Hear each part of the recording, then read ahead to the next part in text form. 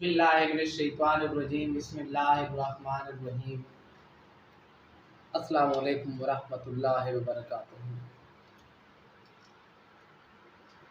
नाज़रीन, मैं आज मैदे के ऊपर थोड़ी सी डिस्कस करना चाहता हूँ।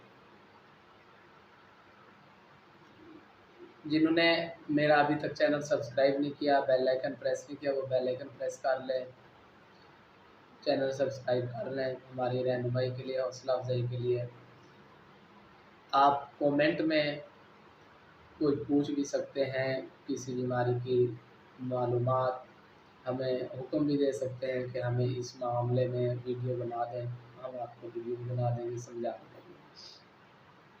लाइक ज़रूर कीजिएगा, कमेंट में अपनी राय भी ज़रूर दीजिएगा। तो मुख्तसार मैं अपने अब टॉपिक पे आता हूँ।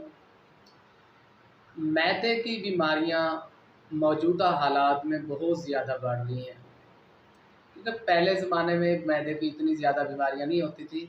आजकल मैदे की बहुत ज़्यादा बीमारियाँ हो गई हैं। मैदे की शदीद बीमारियाँ, शदीद किस्म के जलन, मैदे में दर्द, मैदे में ज़ख़म, ये सारी बीमारियाँ दौर जदीद में होती हुई नज़र आ रही है, ये पहले नहीं थी। तो इसमें काफ़ी हद तक अवामुन्नास को कामयाबी भी हो रही है और बहुत ज़्यादा केस बिगड़ भी रही है दीगर तरीक़ा इलाज से। जिसमें मैं कुछ आवाम की गफलत भी कहता हूँ कि उस वक्त होम्योपैथिक डॉक्टर के पास आता है जब बहुत ज़्यादा बिगड़ चुका होता है और उसका इलाज बहुत मुश्किल हो चुका होता है। और कुछ होम्योपैथिक डॉक्टर्स की भी गलतियाँ हैं, मैं उनको भी कहूँगा कि उनकी गलतियों की वजह से भी कुछ मसाइल पैदा हो रहे हैं। मैं अपने आप को काबिल या अपने होम्योपैथिक डॉक्टर्स को या किसी को नालायक नहीं कहना चाह रहा, मैं सिर्फ समझाने के लिए कह रहा हूँ ताकि हम एक असूल के मुताबिक समझें। क्योंकि होम्योपैथिक डॉक्टर्स की जो गलती है वो ये है कि एक से ज़्यादा, 2-3 से ज़्यादा, अभी एक दवाई फर्ज किया हमने alpha mother tincture alpha tonic तैयार करना है, अकेले अल्फ़ा से भी टॉनिक तैयार किया जा सकता है। उसमें जब 15-20 दवाइयाँ मिक्स करके मदर टॉनिक बनाया जाता है तो एक चटनी सी बन जाती है, जिसमें से फिर समझ नहीं आती मर्ज़ की कि ये टॉनिक कैसे शिफा देगा। फ़ौरी तौर पे रिज़ल्ट मिलते हैं, जैसे वो एलोपैथिक में से या दीगर मेडिसिन से मिलते हैं, फिर कुछ दिन बाद नाकामी होती है, फिर मरीज़ वैसे ही होता है। होम्योपैथिक डॉक्टर्स को भी चाहिए 2-3 इससे ज़्यादा मेडिसिन का इस्तेमाल ना करें। 2-3-4 मेडिसिन ज़्यादा से ज़्यादा, अगर मजबूरी है तो कम से कम 3 दवाइयाँ, ज़्यादा से ज़्यादा 3 दवाइयाँ दें, इससे ज़्यादा दवाइयाँ बिल्कुल इस्तेमाल ना करवाएँ। मरीज़ भी बिगड़ जाते हैं, मरीज़ के मसाइल। अगर होम्योपैथिक डॉक्टर्स कोशिश करें बेलमिसल मेडिसिन तलाश करने की, सिंगल रेमेडी, तो ये कोई इतना मुश्किल नहीं है। मैं कोशिश करूँगा कि आज जो इस टॉपिक में मैं डिस्कस करने लगा हूँ, आपको ऐसी मेडिसिन्स बताऊँ जिनको आप मटीरिया मेडिका से पढ़ के मैदे के मामले में आप मैदे की बीमारियाँ सिंगल रेमेडी इस्तेमाल करवा के ये बीमारियाँ भी कवर कर सकते हैं। और कुछ कम्बिनेशन 3-3 मेडिसिन्स के मैं आपको बताऊँगा, आप ज़्यादा से ज़्यादा वो तैयार करके रख लें अपने क्लिनिक पे, उनसे भी मरीज़ ठीक हो जाएँगे। तो नाज़रीन, अब मैं आपसे डिस्कस करता हूँ मैदे का दर्द। क्योंकि मैदे का दर्द बहुत तकलीफ़देह बीमारी है और बहुत ज़्यादा, और सबसे पहली बीमारी है जो मरीज़ों में आम पाई जाती है, और अक्सर मरीज़ खाना खाने के बाद मैदे में दर्द की शिकायत करते हैं। तो सबसे पहले मैं इसकी वजूहात डिस्कस करना चाहता हूँ। ये मैदे का दर्द ज़्यादातर कब्ज़ रहने की वजह से होता है। 2 दिन 3 दिन बाद पखाना करना या पखाना सख्त आना, ये कब्ज़ की अलामात होती हैं, और कब्ज़ ज़्यादा अरसा रहने से मैदे में दर्द हो सकता है। कसरत शराब नोशी, तंबाकू नोशी, सिगरेट नोशी जैसे, और दीगर दिमागी मेहनत करने की वजह से, और नींद पूरी ना करना, सुस्ती, थकावट कह ली, ये तमाम बीमारियां भी मैदे के दर्द की वजह बन सकती हैं। तो बादी एशिया का ज़्यादा इस्तेमाल, बादी एशिया में चावल, बड़ा गोश्त और दीगर, ये आलू, आलू भी बादी एशिया में आता है। इनका बार बार इस्तेमाल ये भी अ, मैदे के दर्द की वजह बन सकते हैं। इसके अलावा रात को खाना खा के सो जाना, खाने के बाद पानी पी लेना, ज़्यादा चटपटी चीज़ें, नींबू, ये बच्चों की आदत हो, स्कूल के जो बच्चे होते हैं वो चुरमुर, पापड़, नींबू ये चीज़ें ज़्यादा इस्तेमाल करते हैं बार बार। तो इनकी वजह से भी फिर मैदा डिस्टर्ब होता है, मैदे की खराबी और दीगर मसाइल मैदे के हो सकते हैं।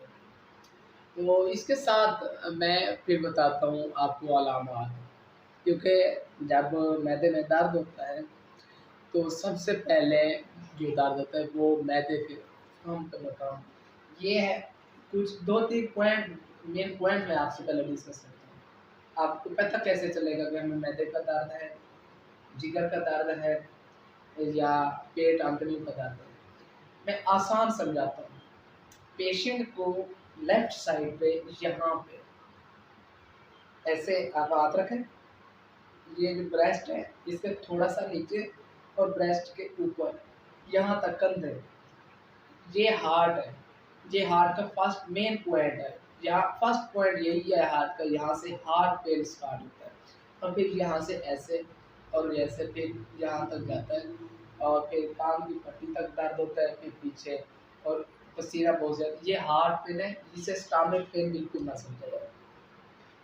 स्टमक पेन ये होता है, मैं अलामात भी बता रहा हूँ और साथ आपको ये भी समझा रहा हूँ कि स्टमक पेन और ये तमाम दर्द होगा किस मकाम पे, किस मकाम पे होगा, ये मकाम है स्टमक का, और ये इस मकाम पे जलन भी हो सकती है क्योंकि ईसोफिगस यहाँ पे मौजूद है। स्टमक की जो खुराक की जो नाली है, मैं कोशिश करता हूँ सादे अल्फाज में उर्दू में बात करने की, ज़्यादा कोई मैं ऐसा वर्ड ना बोलूँ जिससे सादे लोग को समझ ना आए, क्योंकि पढ़े लिखे जो लोग हैं वो सब समझते हैं, सब कुछ जानते हैं आप लोग। ये ईसोफिगस जो ये खुराक की जो नाली होती है, इसमें जलन यहाँ होती है इस मकाम पे, और ये स्टमक है, इस स्टमक में पेन होता है। तो ये कब खाना खाने के बाद दर्द होता है, कभी खाना खाने के बाद दर्द ज़्यादा हो जाता है, कभी खाना खाने के बाद दर्द तो होता है लेकिन थोड़ा होता है। निकारें भी आती हैं, सीने में जलन भी होती है, मतली भी अक्सर रहती है और ज़ुबान की रंगत सफ़ेद किस्म की हो जाती है, मैली होती है। जैसे ज़ुबान पेशेंट को कहेंगे ना कि ज़ुबान निकाल के दिखाएँ, जब पेशेंट ज़ुबान निकालता है तो उसके ऊपर सफ़ेद परत बनी होती है, सफ़ेद रंग की सफ़ेदी सी नज़र आती है, जैसे ये मैदे की खराबी की सबसे बड़ी अलामत है। और दर्द इस मकाम पे होता है, इस मकाम पे दर्द होता है, खाना खाने के बाद दर्द होता है। बाज़ दफ़ा खाना ना खाए हुए भी दर्द हो सकता है, लेकिन 90% खाना खाने के बाद दर्द हो। जब ये बीमारी बहुत ज़्यादा बढ़ जाती है तो फिर हर वक़्त दर्द रहना शुरू हो जाता है। इसोफिगस ये खुराक की नाली में बहुत ज़्यादा जलन होती है, स्टमक पेन होता है और फिर ये फिर सारी चीज़ें जैसे ब अक्सर देहात के लोग कहते हैं कि हमारा सीना जल रहा है, कलेजा जलता जा रहा है। तो ये पेशेंट्स की अलामत है। छाती में जलन है, तो ये एक अलामत है इसकी। इसकी कुछ एहतियाती तदाबीर होती हैं।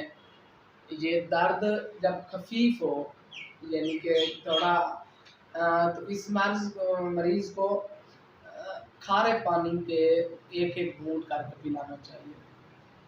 अगर भी मालिश कर रहा हो, ऊपर की तरफ उठ रहा हो, एक आधा किलो, आधा सेर पानी, एक-एक छटांग करके या आधी छटांग जिसमें नमक मिला के, एक छटांग से आधी छटांग, आधा किलो पानी में जब जी मालिश कर रहा हो, जी बतला रहा हो, वोमिटिंग होती हो, जिस पेन भी है स्टमक में, तो आधे किलो पानी में आधा किलो ये देहाती आधा सेर बनता है, आधा सेर यानी कि 500 ग्राम, 500 ग्राम पानी में एक छटांग, आधी छटांग नमक मिला के आप में वो पानी पिलाना है और फिर हलक में ऐसे गले में इस मुकाम पे हलक में उंगली फेरनी है, जिससे वो फौरी तौर पर उल्टी कर देगा, कै कर देगा, जो पानी पिलाए उसे बहर उगल देगा, निकाल देगा।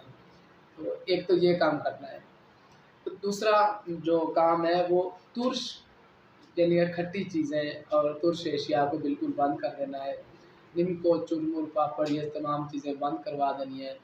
और लाल मिर्च 15 दिन के लिए ये बहुत अहम एहतियाती तदाबीर है। इन पे दौरान इलाज भी अमल करना होता है।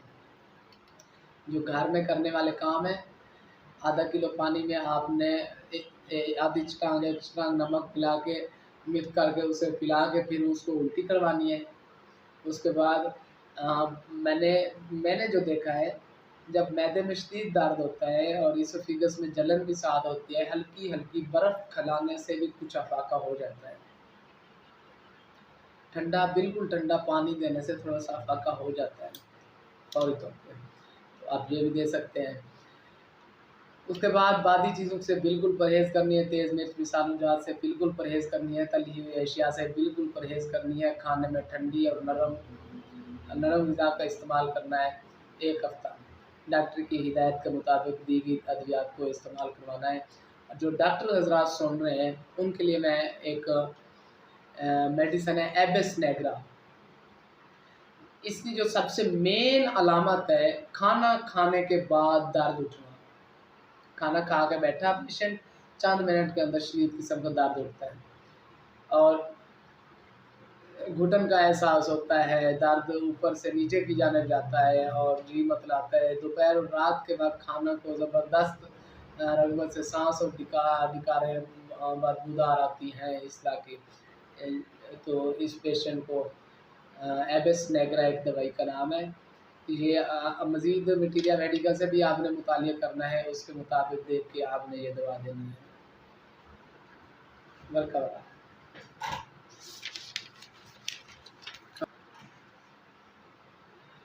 दूसरी है ब्रायोनिया। ब्रायोनिया उस वक्त मैदे में दी जाती है जब ज़ैका टेस्ट की हिस्स ख़त्म हो जाए, बिस्तर से उठने से मतली होती हो, कै आते हों, गर्म दूध पीने से, चाय से तकलीफ़ बढ़ती हो, गर्म अशिया देने से मैदा ख़राब हो जाता हो, तो उस वक्त आपने ब्रायोनिया देनी है।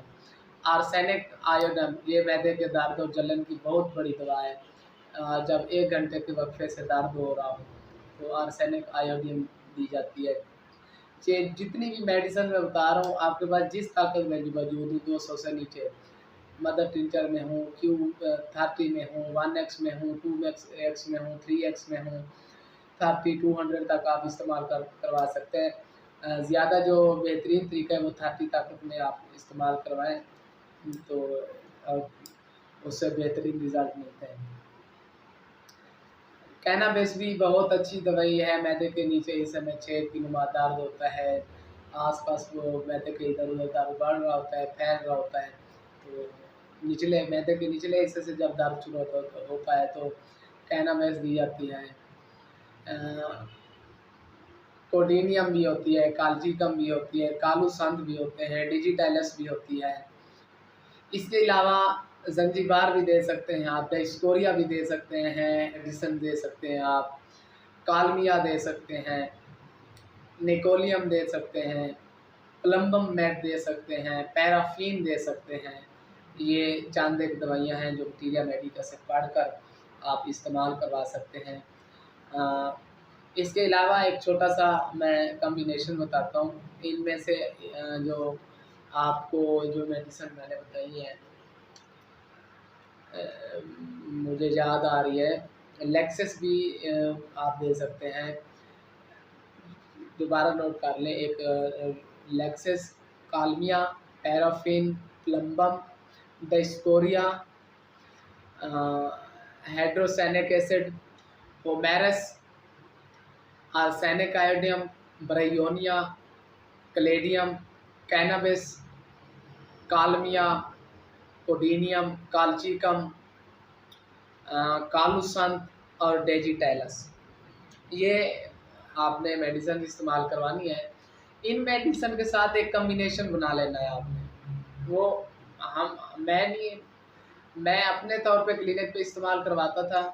फिर मुझे मुख्तलिफ डॉक्टर साहबान ने, कि मुझे नाम याद नहीं, मुल्तान के एक डॉक्टर साहब है, मरहूम है, अल्लाह पाक उनके दर्जात बुलंद फरमाए।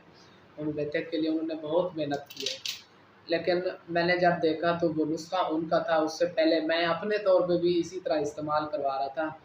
तो फिर मुझे व्हाट्सएप ग्रुपों में किसी की पोस्ट मिली, उस डॉक्टर साहब का उसमें नाम भी लिखा था, मुझे याद नहीं आ रहा, कि ना वो कम्बिनेशन उन्होंने सबसे पहले स्टार्ट करवाया था। तो बहुत अच्छा कम्बिनेशन है। मुझे पहले मैं अपने तौर पे इस्तेमाल करवाता था, फिर मैंने जब लोगों को बताया तो उससे मैंने काफ़ी सारे डॉक्टर्स को पहले से इस्तेमाल करते हुए पाया है। आप भी इस्तेमाल करवा सकते हैं वो कम्बिनेशन। लेकिन एक असूल है, ऑर्गेनम का असूल है कि सिंगल दवा देनी है, और अगर बावजह मजबूरी दवाइयाँ देनी भी हैं, 2 से 3 अद्वियात इकट्ठी दे सकते हैं, इससे ज़्यादा इकट्ठी नहीं करनी चाहिए। बहुत नुकसानदेह हालात हो सकते हैं। लेकिन क्योंकि रिवाज कम्बिनेशन का चल पड़ा है, सिंगल की तरफ बहुत मुश्किल से लोग आते हैं, तो मैं मैदे की गैस, तेज़ाबियत, सीने की जलन के लिए को कोई भी मसला हो, आँखें बंद करके हम एक कम्बिनेशन देते हैं। उसका नाम है नक्स लाइकोपोडियम कार्बोवेज। नक्स भूमिका लाइकोपोडियम कार्बोवेट 30 तक मिक्स कर लेनी है आपस में भाई साहब बराबर। 10 से 15 कतरे सुबह दोपहर शाम पीने को देते हैं पेशेंट को। गैस तेज़ाबियत जो हम सिंगल मेडिसिन तजवीज़ करते हैं उसके साथ ये बहुत बड़ी सपोर्ट करती है हर किस्म की मैदे में।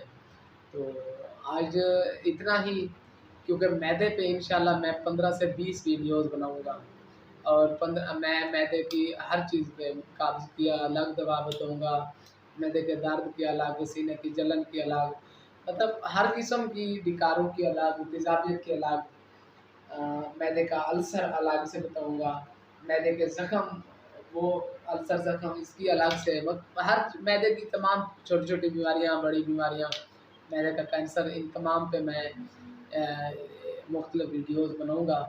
तो ये मेरी वीडियो क्योंकि मखसूस थी मैदे के दर्द के लिए, और मैंने दर्द से रिलेटेड मेडिसिन बताई हैं। अगर आप इन तमाम मेडिसिन्स को तफ़सील से पढ़ेंगे तो मैदे की 50% बीमारियाँ इन्हीं तमाम मेडिसिन से रिकवर हो सकती हैं।